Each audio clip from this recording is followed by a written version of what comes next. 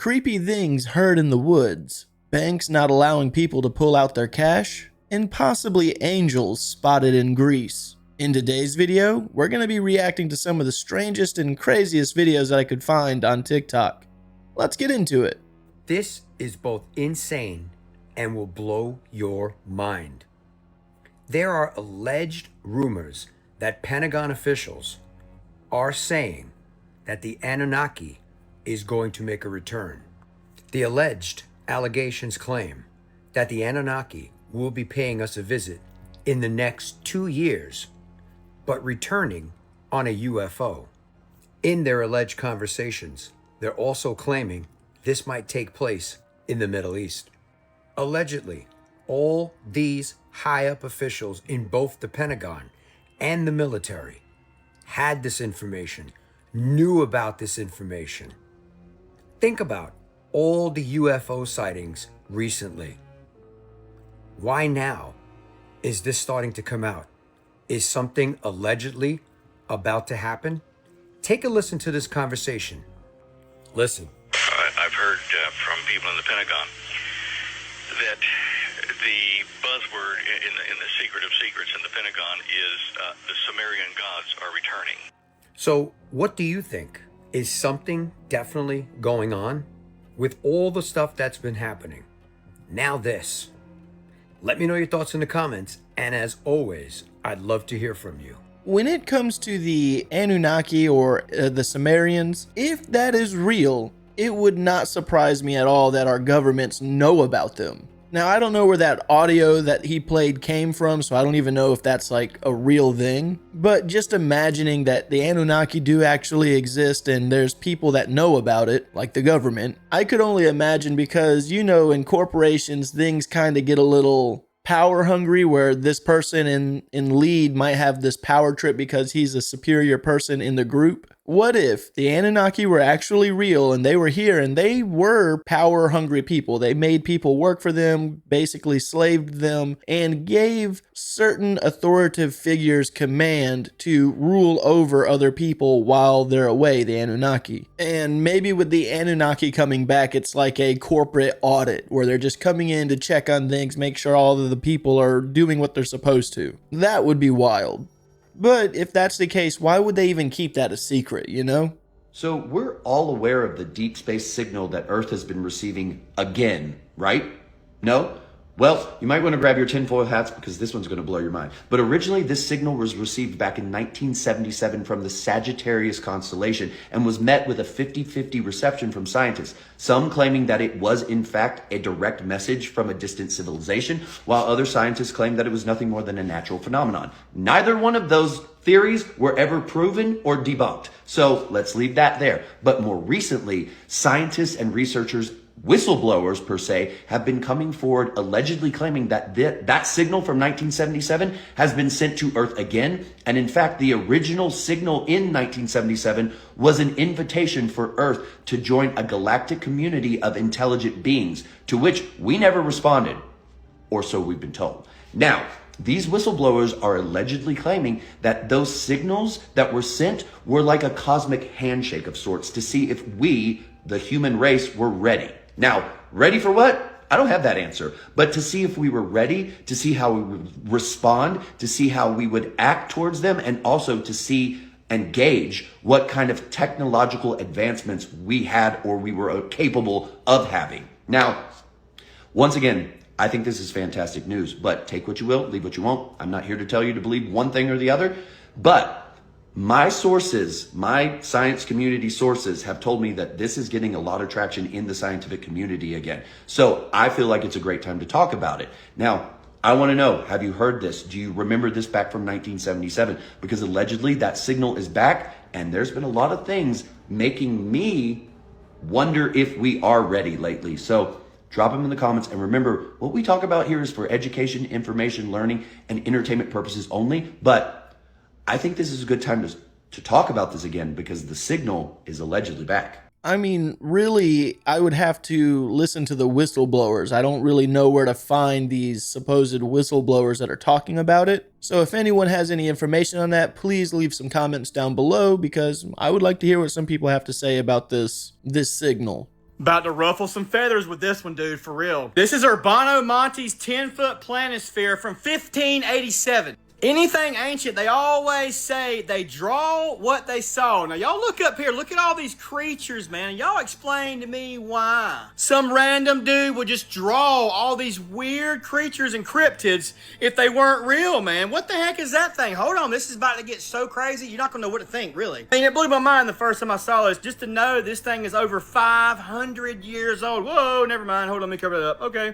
Anyways, check out the next one. This is just mind-blowing, dude. Somebody, look right here. Look at these creatures, man. This hadn't even got, look, that thing is picking up an elephant. It looks like a daggum bird grabbing an What are those things in the water right there, man? Daggum sea creatures? Now, really and truly, somebody explain to me what on earth this thing even is. What is it? And how did he know to draw this unless, did he see something? Maybe. Maybe he did, maybe he didn't. I have no clue what the heck that daggum thing is right there, though, dude. Daggum.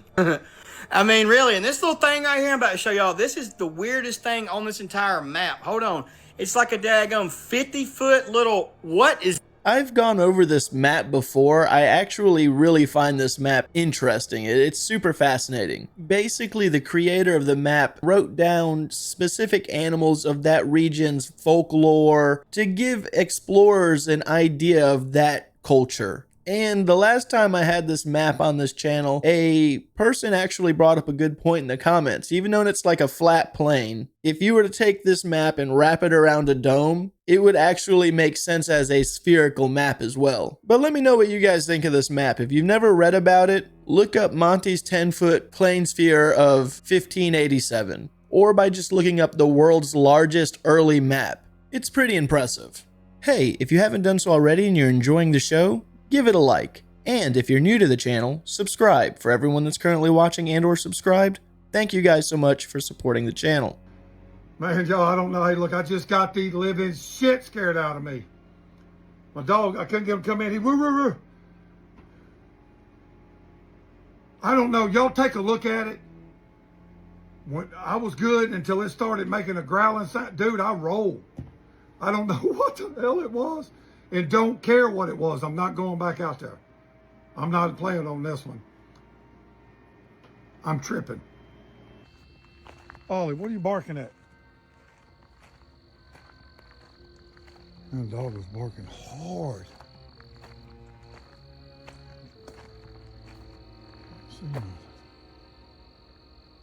Man, it's a full moon tonight, yo. Full moon tonight. I don't know what the hell he's barking at. I have no idea. What the hell is he barking at? What the hell is that? What the fuck is that?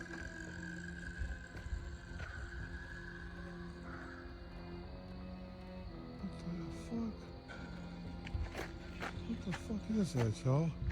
What the fuck is that? Oh. I'm not sure if this video is real or fake, but nonetheless, if I was outside trying to find my dog or walking my dog and I seen a pair of glowing red eyes in the woods and a sudden snarling growl noise, I'd probably dash as well. Let me know what you guys think that was in the woods. It could have been a bear if this is not a hoax video, but I'm not sure. And if it's not a hoax video, I hope the guy's dog is okay. Europe had a blackout. Oh, yes, Spain. It was super weird, and the explanation they gave is even more strange. They said it was due to a atmospheric anomaly. Basically, it went from hot to cold too fast. It went from like 60 degrees to like 70 degrees. Not that big of an influx. But it caused the atmosphere to vibrate, they said, which triggered like a shutoff for the power plants. And it's like, no, there's no way. Florida wouldn't exist if that was the thing that happened. I think what people are not saying, and scientists are like kind of like, this is happening right now, is the pole shift is happening, right? So the North Pole is moving faster than it has in thousands of years. And what that's doing is weakening our magnetic field around Earth, which allows the sun's radiation to penetrate Earth harder and harder and harder. Oh, gosh. And so for a fact, our protection layer is at the weakest point it's ever been, I think, in history. Oh my And the sun this past week had like the geomagnetic storms or whatever. Yeah, and they flare-ups. ranged from like 1 to 5, 5 being the worst. And we just had a 5. And so they're saying that is probably what happened. And they don't want to freak people out like, hey, this is actually a pretty big concern. Yeah. And the that apocalypse we're- is happening. I immediately went on Amazon and bought a wind-up flashlight, emergency radio, and a cell phone charger. It has like all the things. Smart. It was like You 30 should get a bucks. sat phone. Wait, I that's so smart. You just wind it up Yeah, and you're it never generates without. electricity. Yeah, and it has a solar thing. So if Just solar, do it for Netflix. Please power the oven. Forget the x-rays. We have the CT scan images of the Boggosphere. And I'm looking at these images and I'm like, why does this look like Stonehenge?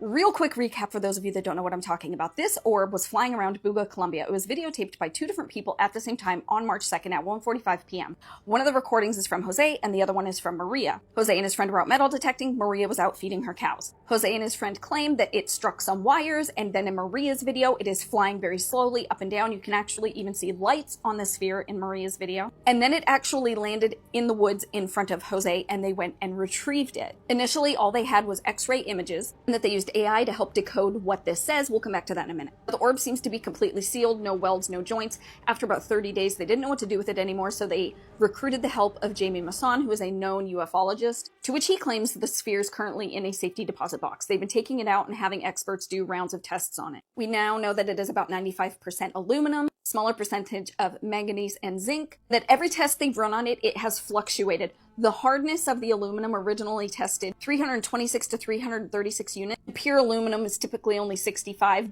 Duralumin is typically up to 105. But as they've continued to test this sphere, every test fluctuates between the hardness of the aluminum. The temperature changes constantly from 24, with ranges all the way up to 33 for no apparent reason. When Jose picked it up in the woods, he said it weighed roughly 4.5 pounds, but every time they have weighed it, it has weighed something different. And no one has an explanation for that. Maybe something anti-gravity? Or something inside of it is messing with all the electronics. Okay, now that you're up to speed on all of that, these are the CT scan images, some of them. And they made 3D models based on the images. Now, no one knows exactly what this is inside of it, but let me explain something to you. These images here are if it was sliced in half, where the belt with the little rivet-looking things going around the edge. And these images are if the belt is this way. So it's almost like, do you see this here? And there's like almost a straight line there. It's almost like if you took this one and turned it, that this would be where that is, and this would be where that is. But what is that? Now here are some measurements they did, and the outer edge wall is about 3/4 of an inch thick. Now one thing that they noticed was if you took these out, these go all the way to the center, like an opening. Okay, so now in this image, those would be where those 2 openings were. And that's when I was like, God, why does this look so similar to Stonehenge when it's sliced in half? Don't ask me how my brain put these 2 things together, because I don't know. Then I was like, let me compare it to the outside also. And I'm like, well, that's the language. But what I find super interesting is that everybody was talking about the language being decoded by AI.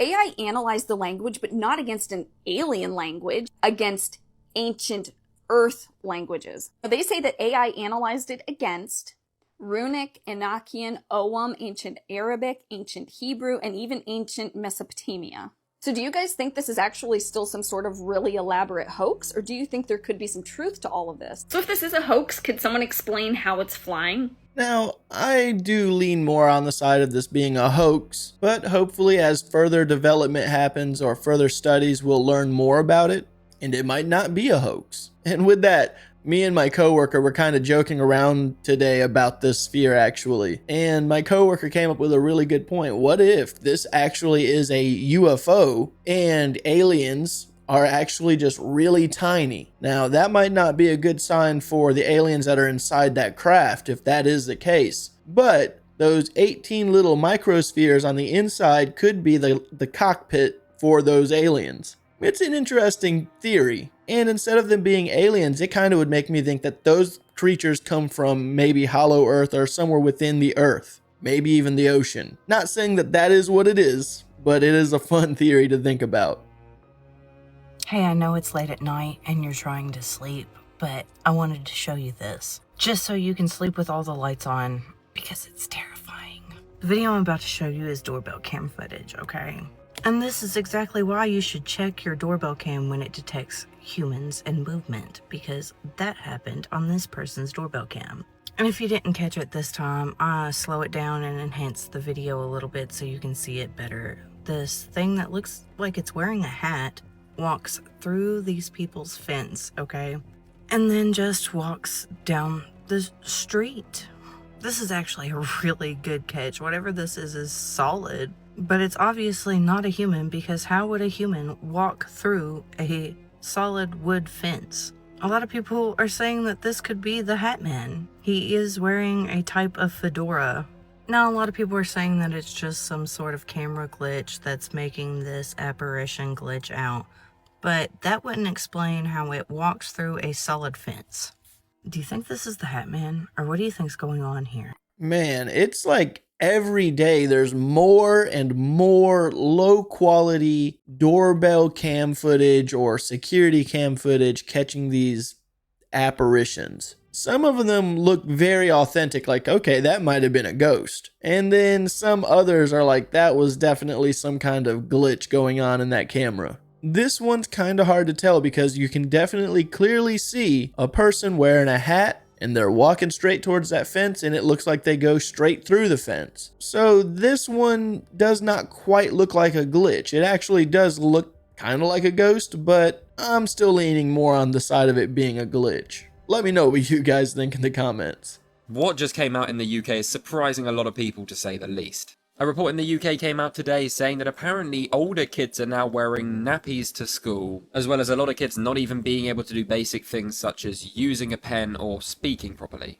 School in Essex was the kind of flagship of this, and then other schools have come out saying very similar things over the last few days. Now, what the report has said is that school is essentially saying a lot of these new starter kids are not ready to be in school. You of course start school in the UK when you're about 4 or 5, and you should have some basic skills of being able to maintain yourself. But according to this recent study, people are not able to even use a pen and are still wearing nappies in older years. With some teachers of these classes saying they're having to pause classes midway through to go and change the kids' nappies in the lessons. Further on from this though, even other basic tasks such as kids blowing their noses. Now obviously this has raised a debate online of, well, is this down to modern day bad parenting and the kids always being on screens? Or should there be some responsibility on the teachers that they, should be doing this and helping out? Let me know your thoughts and I'll keep you updated.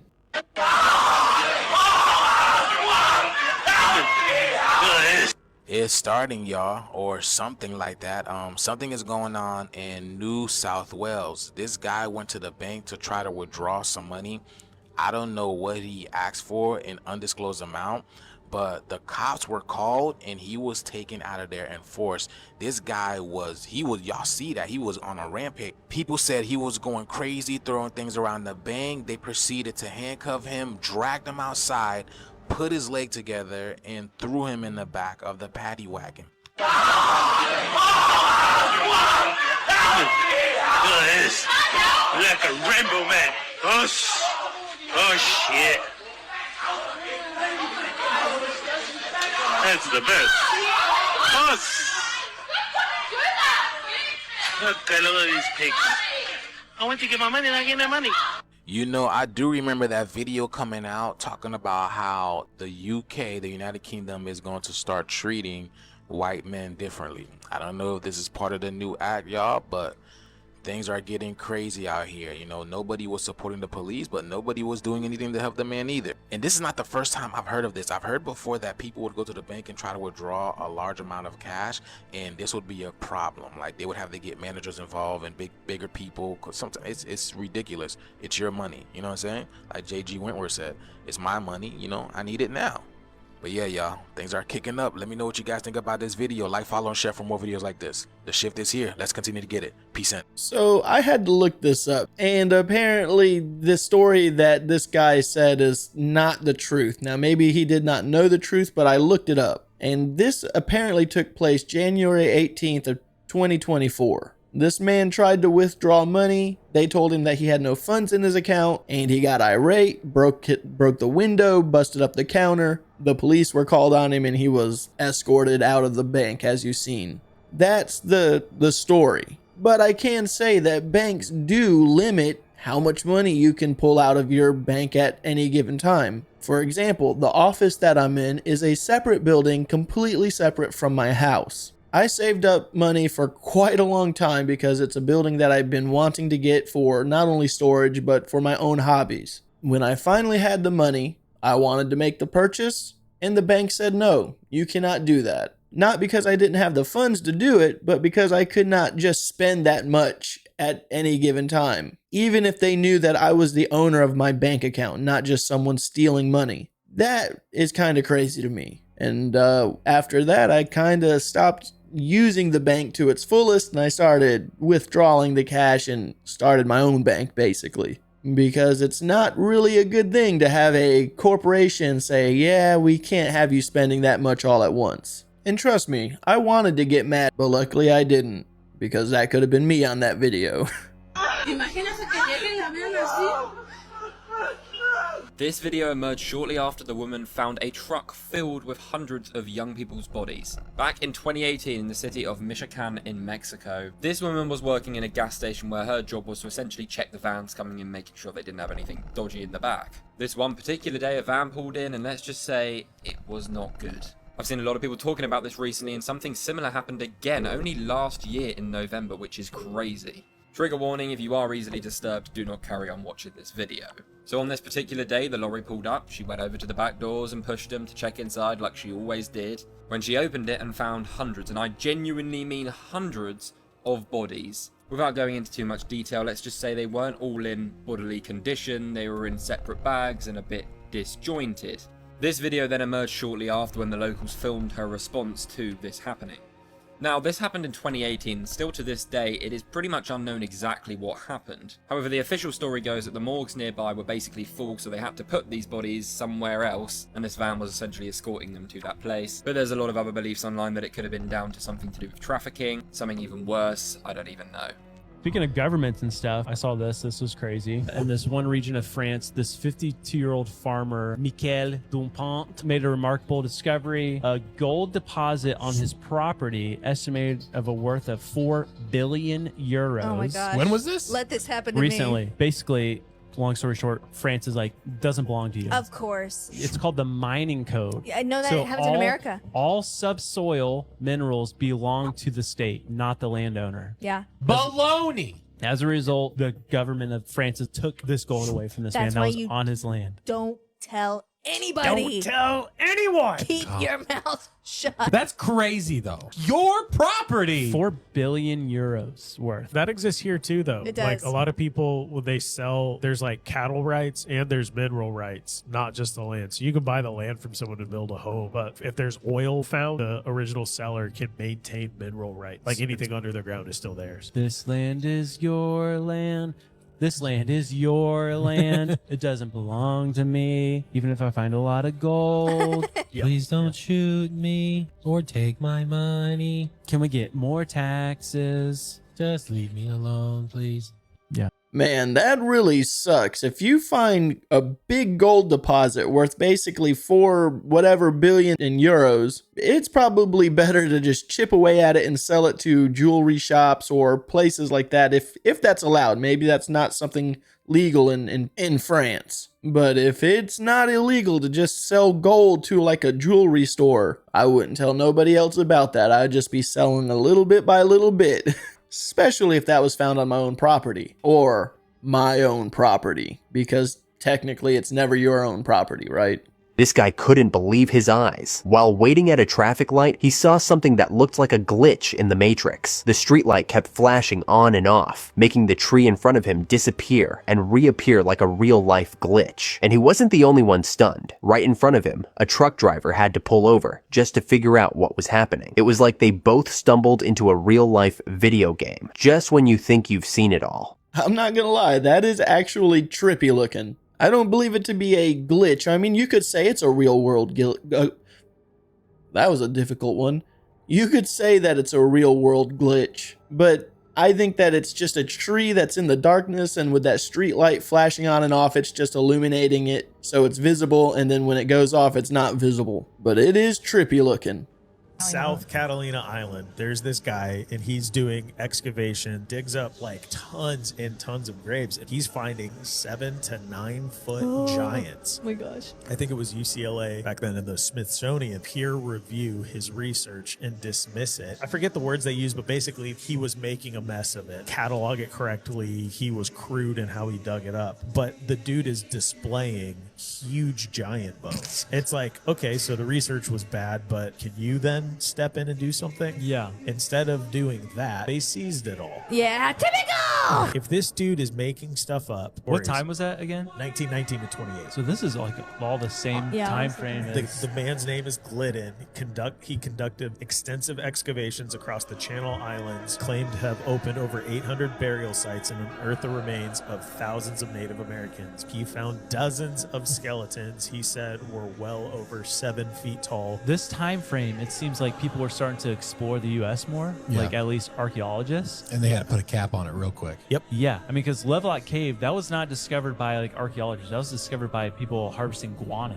This is insane. I just saw a story where a man's brother went missing 2 weeks ago, and the more that I read into this story, the more intense that it got. The man whose brother went missing, though, I think you pronounce his name as Jonathan Islin, is a physicist, and he is claiming to have worked in an underground facility located somewhere in the Grand Canyon.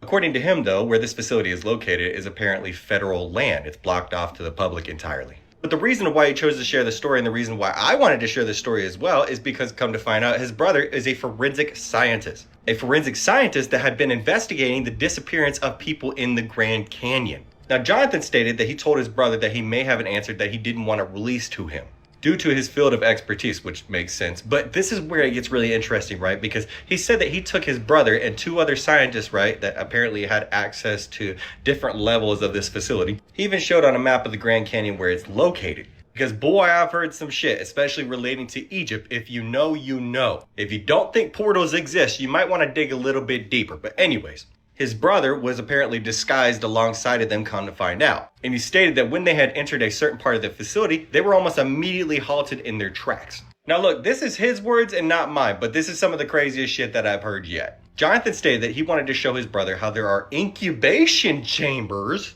and that individuals that were in some of those chambers match the exact identity of people of which he was looking for. Crazy shit. But during this altercation, they said that they were held at gunpoint. And according to Jonathan, they had entered a specific level of which was referred to by them as the point of singularity, which I was astonished at this point because he mentioned that there was a connection there to the Egyptian lands. Now, I've heard mentions of this for years now, okay, especially in books that are related to Agartha and the Forgotten Lands, which is a whole rabbit hole to go down in itself. But Jonathan stated that apparently there was a very heated altercation, and that military police of some kind had apparently arrested his brother. Now, apparently for the last 2 weeks, he's been looking for his brother. He can't get in contact with him. He can't discover where they took him.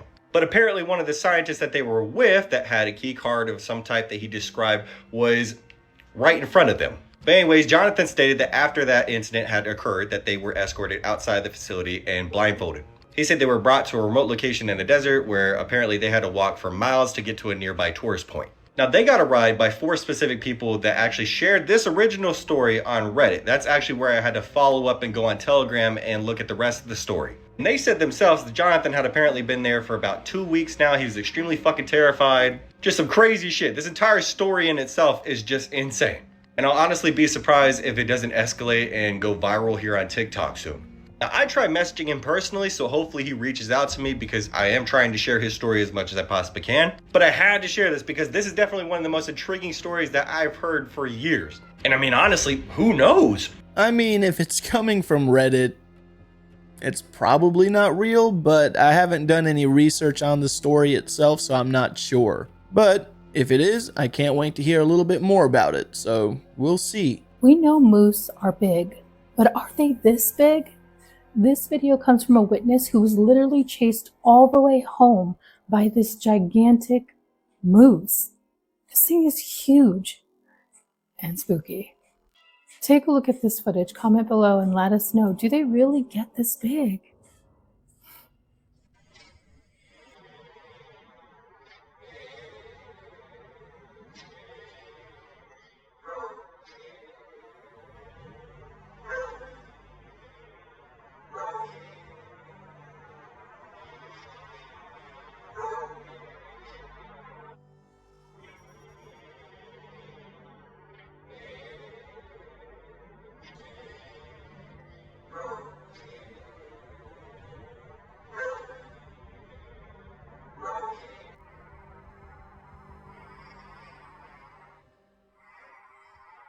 I have actually seen a herd of moose myself with my own eyes in person, and they are very large. Now, that one was very, very large, but I do not think that that's a fake video. There's a lot of people saying that being that it's not moving, it's not real, and I can see that, but I feel like if this is a place that has moose, and with that dog barking in the background, it was probably being alert and trying to assess the situation. But let me know in the comments, do you believe that to be a real moose or not? Because I believe that to be a real moose.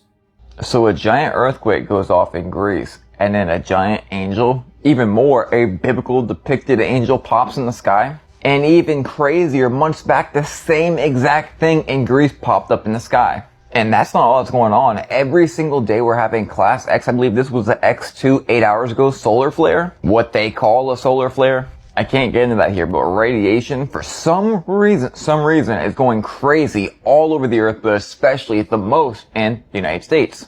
Now back to this angel. Revelations 10:1 says, I saw another mighty angel come down from heaven, clothed with a cloud, and a rainbow was upon his head, and his face was as the face of the sun, his feet as pillars of fire. And then right here, this was the one from a few months ago. And I saved the craziest part for last. Around the same area where that sighting was seen, they're having a huge radio blackout. Also around the same area, the Large Hadron Collider, which is doing alchemy now.